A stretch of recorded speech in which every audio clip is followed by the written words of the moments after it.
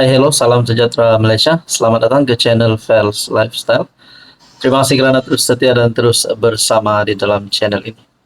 Ada satu perkara yang memalukan mungkin dan pasti menggemparkan setiap penyokong Perikatan Nasional di seluruh Malaysia.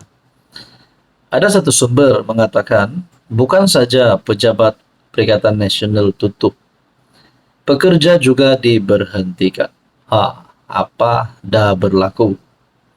Laporan mengenai penutupan ibu pejabat Perikatan Nasional di Solaris Du Tamas, Kuala Lumpur, siang tadi nampaknya mengundang lebih banyak perhatian dan dakwaan. Apa yang berlaku di dalam PN? Apa yang berlaku di dalam Bersatu pada saat ini? Oke, sebelum kita teruskan, saya nak kongsi kepada anda satu berita baik. Ini adalah produk molekul imun, molekul bijak. Produk ini sangat bagus, sangat baik untuk imun badan kita, untuk meningkatkan kekuatan imun badan kita sehingga 437% dan mendidik imun badan kita untuk melawan pelbagai jenis penyakit. Siapa yang sesuai gunakan produk ini? Daripada seawal bayi berusia 1 jam sehinggalah warga emas boleh memakan produk ini, lulus hospital, lulus KKM diiktiraf seluruh dunia. Sekiranya anda berminat untuk mendapatkan produk ini, berminat untuk mengetahui lebih lanjut tentang produk ini, anda boleh menghubungi saya di nombor yang tertera. Kali ini, sumber dalaman parti mendakwa isu berkenaan bukan sekadar penutupan premis, malah lebih daripada itu. Dakwa sumber Bersatu, kaki tangan pejabat terbabit juga diberhentikan, malah dakwanya gaji mereka juga tidak dibayar. Saya nak tanyalah satu persoalan lah. Sekiranya gaji mereka tidak dibayar, adakah PN ataupun Bersatu kini sudah benar-benar tiada duit? Adakah akaun mereka dah kosong? Adakah mereka dah muflis kerana tidak mampu untuk membayar gaji pekerja? Nah, ini menjadi pertanyaan orang kampung lah macam saya. Saya tanya kawan-kawan yang bekerja di pejabat itu. Iya, mereka telah diberhentikan kerja dekat 2 bulan dan gaji tidak dibayar. Yang saya tahu dan saya dengar puncanya adalah masalah pengurusan.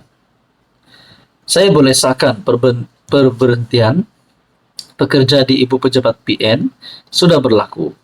Terdahulu timbalan pengurusi PN, Hamzah Zainuddin berkata, dia tidak pasti mengenai penutupan ibu pejabat PN itu kerana bukan lagi menyandang tugas sebagai setiausaha agung parti. Saya sendiri tidak pasti sebab bukan lagi setiausaha agung.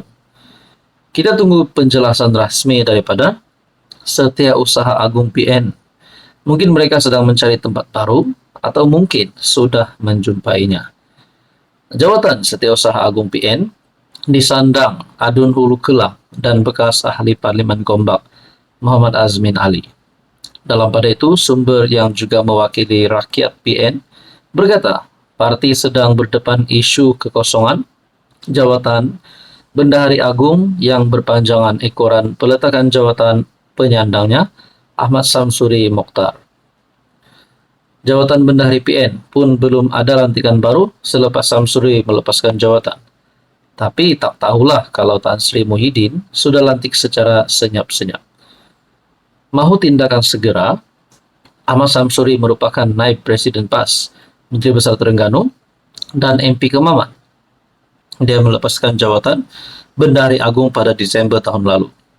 Di sebalik kenyataan PAS bahawa mereka sudah memiliki calon pengganti, selepas 6 bulan, status jawatan tersebut masih menjadi teka-teki. Jadi sebenarnya apa isu dalaman, ataupun adakah isu dalaman yang berlaku di dalam PN? Khususnya Bersatu dan juga PAS. Saudara-saudara yang saya hormati, apa komen anda? Hai, hello, salam sejahtera Malaysia. Selamat datang ke channel Fels Lifestyle. Terima kasih kerana terus setia dan terus bersama di dalam channel ini. Saudara-saudara, ada satu kejutan daripada Zahid Hamidi sebagai pengerusi Barisan Nasional dan juga sebagai Presiden UMNO. UMNO mulakan kajian, fokus ambil semula kerusi dimenangi bersatu dan PAS. Tuan-tuan Puan, saya tertanya-tanya, kalau UMNO boleh menang mungkin separuh kerusi yang dimenangi bersatu dan juga PAS, ataupun mungkin semua kerusi yang dimenangi bersatu dan PAS, adakah UMNO sekali lagi boleh menjadi dominan, akan menjadi kerajaan tanpa perlu bergabung dengan mana-mana parti? Oke, saudara-saudara, sebelum kita terus kepada isu kita yang panas, saya kongsikan kepada Anda satu produk, molekul imun, molekul bijak. Produk ini sangat bagus untuk sistem imun badan kita, mendidik imun badan kita menjadi bijaksana dan tidak bodoh. Karena bila imun badan kita bodoh, tidak mampu melawan pelbagai jenis penyakit. Dengan pengambilan produk ini, boleh mendidik imun badan kita, boleh mendidik sistem imun badan kita menjadi bijaksana, menjadi kuat, sehingga mampu melawan pelbagai jenis penyakit. Contohnya gout, kencing manis, darah tinggi, kolesterol, dan macam-macam lagi penyakit yang kita biasa dengar. Tuan-tuan, Barisan Nasional berhasrat merampas semula beberapa kerusi parlimen dan DUN yang kini dikuasai bersatu, dan PAS pada PRU akan datang. Pengurusi BN Ahmad Zahid Hamidi berkata, pelbagai kajian dan tinjauan akan dilaksanakan bagi mengenal pasti kerusi-kerusi berpotensi yang boleh dimenangi semula oleh BN, khususnya UMNO. Kita akan berusaha bersungguh-sungguh. Kerusi itu akan kembali kepada calon UMNO pada PRU akan datang. Turut hadir pengerusi UMNO Johor merangkap Menteri Besar Johor On Hafiz Ghazi, Ketua UMNO Sri Gading Muhammad Lasim Burhan.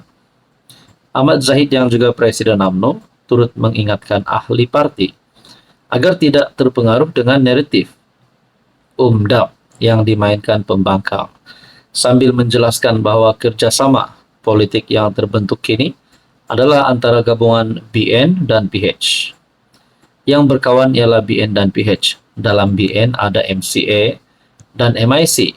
Dalam PH ada DAP, PKR, dan Amanah. Jadi jangan terpedaya dengan propaganda pembangkang yang mau memecah belahkan BN dan PH, supaya mereka boleh tepuk atap semula, kata Ahmad Zahid. Oh, nampaknya Ahmad Zahid sudah mendedahkan. Mereka ini mungkin nak tepuk atap lah agaknya. Jadi, Ahmad Zahid sebagai timbalan Perdana Menteri pun sudah kata, jangan terpedaya. Ahmad Zahid berkata, kerjasama politik yang terjalin ketika ini adalah realiti yang perlu difahami semua ahli demi memastikan kestabilan kerajaan terjamin dan UMNO dapat kembali menjadi parti dominan. Saya tertanya-tanya, kalau UMNO akan jadi parti dominan semula, adakah kerjasama dengan PH yang ada hari ini akan dikekalkan, ataupun mereka tidak perlu lagi bersama-sama dengan Anwar untuk menang pada PRU 16? Itulah kita nantikan saja. Ataupun juga saudara-saudara, adakah mungkin boleh pakatan baru mungkin antara Bersatu, PAS, dan UMNO untuk bersama-sama pada PRU 16? Tapi itu mungkin persoalan lah, sebab tadi pun dengan kenyataan Zahid sedemikian pun kita dapat lihat sokongan Zahid terhadap Anwar Ibrahim. Tuan-tuan, apa komen Anda?